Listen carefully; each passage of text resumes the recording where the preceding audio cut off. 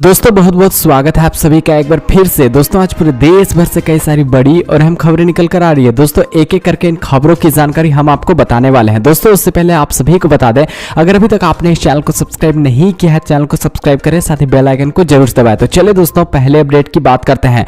Corona देश में पहली बार एक दिन में रिकॉर्ड 3,79,000 से ज्यादा मरीज मिले। 3,646 लोगों ने गंवाई जान। 2,70,000 लोग ठीक भी हुए। जी हाँ दोस्तों, देश में कोरोना के हालत बेहद खराब हो गए हैं। हर दिन संक्रमितों और मौतों का नया आंकड़ा सामने आ रहा है। दोस्तों आपको बता दें, गुरुवार को पहली बार एक दिन में 3,79,164 नए मरीजों की पुष्टि हुई। अब तक एक दिन के अंदर मिले नए मरीजों का ये सबसे बड़ा अधिक आंकड़ा है। दोस्तों आपको बता दें कि इससे पहले 27 अप्रैल को सबसे ज्यादा 3,62,000 नए मरीजों की पहचान हुई थी। इसके अलावा 24 घंटे के अंदर 3,646 संक्रमितों की मौत भी हो गई है। यह लगातार दूसरा दिन था जब 3,000 से ज्यादा लोगों की मौत हुई है। इससे पहले मंगलवार को 3,286 मौतें रिकॉर्ड की गई थी। दोस्तों आपको बता दें कि अस्पतालों में बेड, ऑक्सीजन, दवाइयां, वेंटिलेटर संकट के बीच हर दिन कोरोना के एक्टिव केस तेजी से बढ़ते ही जा रहे हैं। अब देश में 30,77,075 मरीज ऐसे हैं जिनका इलाज चल रहा है। इस मामले में भारत दुनिया में दूसरे नंबर पर है। अमेरिका में सबसे ज्यादा 68 लाख एक्टिव केस हैं। हालांकि कोरोना की अगर यही रफ्तार रही तो आने वाले एक महीने के अंदर भारत में सबसे ज्यादा एक्टिव केस होंगे। तो चलिए दोस्तों अगले अपडेट की बात करते हैं। कोरोना की स्थिति की समीक्षा के लिए पीएम मोदी करेंगे बैठक। जी हाँ दोस्तों, देश में कोरोना की दूसरी लहर के बीच बिगड़ते हालात की समीक्षा के लिए प्रधानमंत्री नरेंद्र मोदी कैबिनेट मीटिंग करेंगे।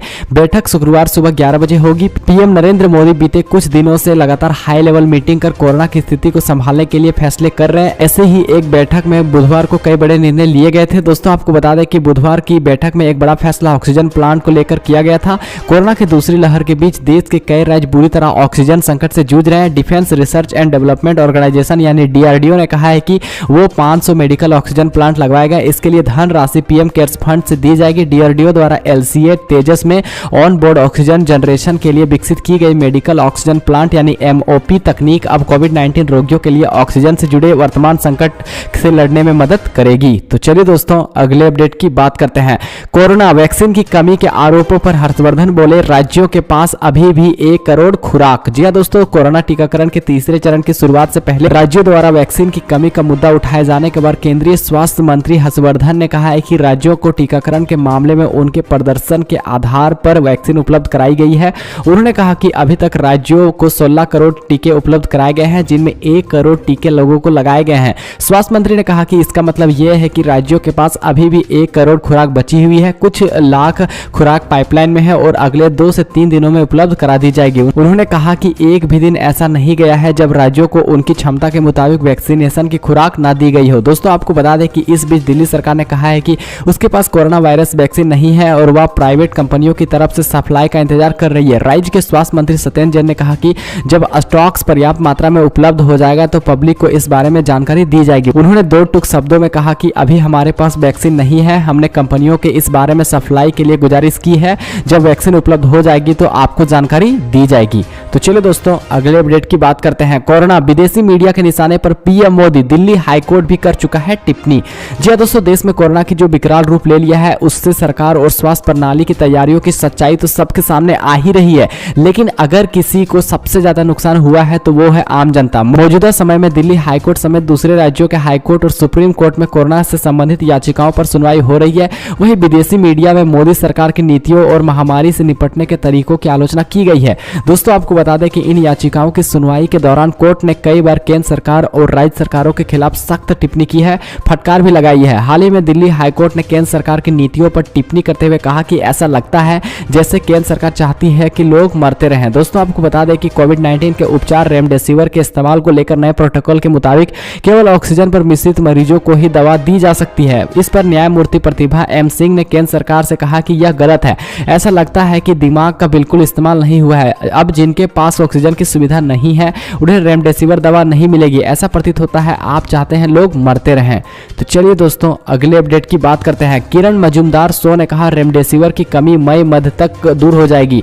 बढ़ा रहे हैं बायोकॉन की उत्पादन क्षमता। जी दोस्तों, देश में कोरोना वायरस के हर दिन तेजी से बढ़ते मामलों के बीच इससे निपटने के उपायों में भी तेजी लाई जा रही है। जहां कुछ कंपनियां हर हजारों मीट्रिक टन मेडिकल ऑक्सीजन देश को उपलब्ध करा रही हैं, वहीं कोरोना संक्रमण के इलाज में कारगर मानी जा रही दवाइयों के उत्पादन में भी बढ़ोतरी दर्ज की जा रही है। दोस्तों आपको बता दें कि इसी कड़ी में फार्मा कंपनी बायोकॉन के मुखिया किरण गौतम मजूमदार सो ने कहा कि रेमडेसिविर की कमी को दूर करने के लिए कंपनी की उत्पादन क्षमता में इजाफा किया जा रहा है। बायोकॉन की एग्जीक्यूटिव चेयरपर्सन किरण मजूमदार सो ने उम्मीद जताई है कि मई के दूसरे सप्ताह के आखिर तक देश में इस दवा की कमी को दूर कर लिया जाएगा। उन्होंने कहा कि इससे भारत में कोविड-19 की दूसरी लहर से निपटने में मदद मिलेगी। बता दें कि डॉक्टर रेमडेसिविर को कोरोना मरीजों के इलाज में सबसे कारगर दवा मान रहे हैं। वहीं जनवरी और फरवरी में इस दवा के उत्पादन को रोक दिया गया था क्योंकि इसे बनाकर ज्यादा दिन तक सुरक्षित नहीं रखा जा सकता है। चलिए दोस्तों, अगले अपडेट की बात करते हैं। प्रियंका का ट्वीट, यूपी पंचायत चुनावों में लगे 500 शिक्षकों की मृत्यु की खबर डरावनी, 50 लाख का दे मुआवजा। जी दोस्तों, उत्तर प्रदेश में कोरोना संक्रमण के बीच लगातार पंचायत चुनाव चल रहा है। आज पंचायत चुनाव के चौथे चरण में मतदान हो रहा है। इस बीच पंचायत चुनाव के दौरान ड्यूटी पर लगे कई कर्मचारियों की मृत्यु की खबर आ रही है। इस पर कांग्रेस महासचिव और यूपी प्रभारी प्रियंका गांधी ने ट्वीट कर पीड़ित परिवार को 50 लाख मुआवजा, परिवार के एक सदस्य को नौकरी देने की मांग की है। तो चलिए दोस्तों, अगले अपडेट की बात करते हैं। वैक्सीनेशन के खौफ ने बढ़ाया कोरोना, एक्सपर्ट्स बोले मौका मिलने पर भी वैक्सीन न लगवाने वाले इस हालात के लिए जिम्मेदार, इन्होंने दूसरे मरीजों के बेहतर इलाज का हक छीना। जी दोस्तों, देश में कोरोना से मौतों का आंकड़ा 2 लाख के पार हो चुका है। सरकारी आंकड़ों के मुताबिक अब हर दिन 3000 से ज्यादा लोग जान गंवा रहे हैं। हालांकि देश भर में शमशान घाटों और कब्रिस्तान से आ रही रिपोर्ट्स के मुताबिक मौतों का आंकड़ा कहीं ज्यादा है। अब इस पर एक्सपर्ट खुलकर बोलने लगे हैं। Shri Jayavant institute of cardiovascular science and research Bengaluru के प्रोफेसर परसन सिम्हा ने इन मौतों और देश के हालात के लिए मौका मिलने के बाद भी वैक्सीन न लगवाने वालों को जिम्मेदार ठहराया है। दोस्तों, आपको बता दें कि डॉक्टर परसन सिम्हा ने कहा कि वैक्सीन को लेकर लोगों के मन में जो संदेश था वही कोरोना महामारी में सबसे बड़ा हथियार बनकर सामने आया है। ज्यादातर वही लोग मर रहे हैं जिन्होंने मौका मिलने पर भी वैक्सीन नहीं लगवाई थी। तो चलिए दोस्तों, अगले अपडेट की बात करते हैं। हिमाचल प्रदेश 10 मई तक शिक्षण संस्थान बंद, शादी में शामिल होंगे सिर्फ 20 लोग, सामूहिक भोज कराने पर पूरी तरह से प्रतिबंध। जी दोस्तों, हिमाचल प्रदेश राज्य आपदा प्रबंध सेल की ओर से जारी बंदिशों को 10 मई तक बढ़ा दिया गया है। गुरुवार को हुई बैठक में यह फैसला लिया गया है। कोविड की स्थिति से निपटने के लिए हर जिले को 15-15 करोड़ रुपए दिए जाएंगे। हिमाचल में शिक्षण संस्थान 10 मई तक बंद रहेंगे। मुख्यमंत्री जयराम ठाकुर ने कहा कि अभी विद्यार्थियों को स्कूल कॉलेजों में नहीं बुलाया जा सकता है। इससे पूरे 1 मई तक शिक्षण संस्थानों को बंद रखने का फैसला लिया गया है। शुक्रवार को इस संदर्भ में लिखित आदेश भी जारी होंगे। शादी समारोह में सिर्फ 20 लोगों की उपस्थिति ही रहेगी। शादियों में धाम पर अब पूर्ण प्रतिबंध रहेगा। शादियों में डीजे बजाने पर भी पूरी तरह से रोक रहेगी। तो चलिए दोस्तों, अगले अपडेट की बात करते हैं। कोरोना टीकाकरण में 32,000 करोड़ का घोटाला, सुप्रीम कोर्ट में एक और याचिका दायर। जी दोस्तों, देश में कोरोना वायरस की दूसरी लहर के बीच सुप्रीम कोर्ट और दिल्ली हाईकोर्ट में कोविड से संबंधित अलग अलग याचिकाओं पर सुनवाई जारी है। इसी सिलसिले में आज सुप्रीम कोर्ट में एक और याचिका दायर की गई है जो दावा करती है कि टीकाकरण अभियान में 32,000 करोड़ रुपए का घोटाला हुआ है। दोस्तों, आपको बता दें यह याचिका वकील दीपक आनंद मसीह की ओर से दाखिल की गई है। याचिका में कोरोना से निपटने के लिए केंद्र सरकार की नीतियों पर भी सवाल उठाए गए हैं। याचिकाकर्ताओं ने कहा है कि पश्चिमी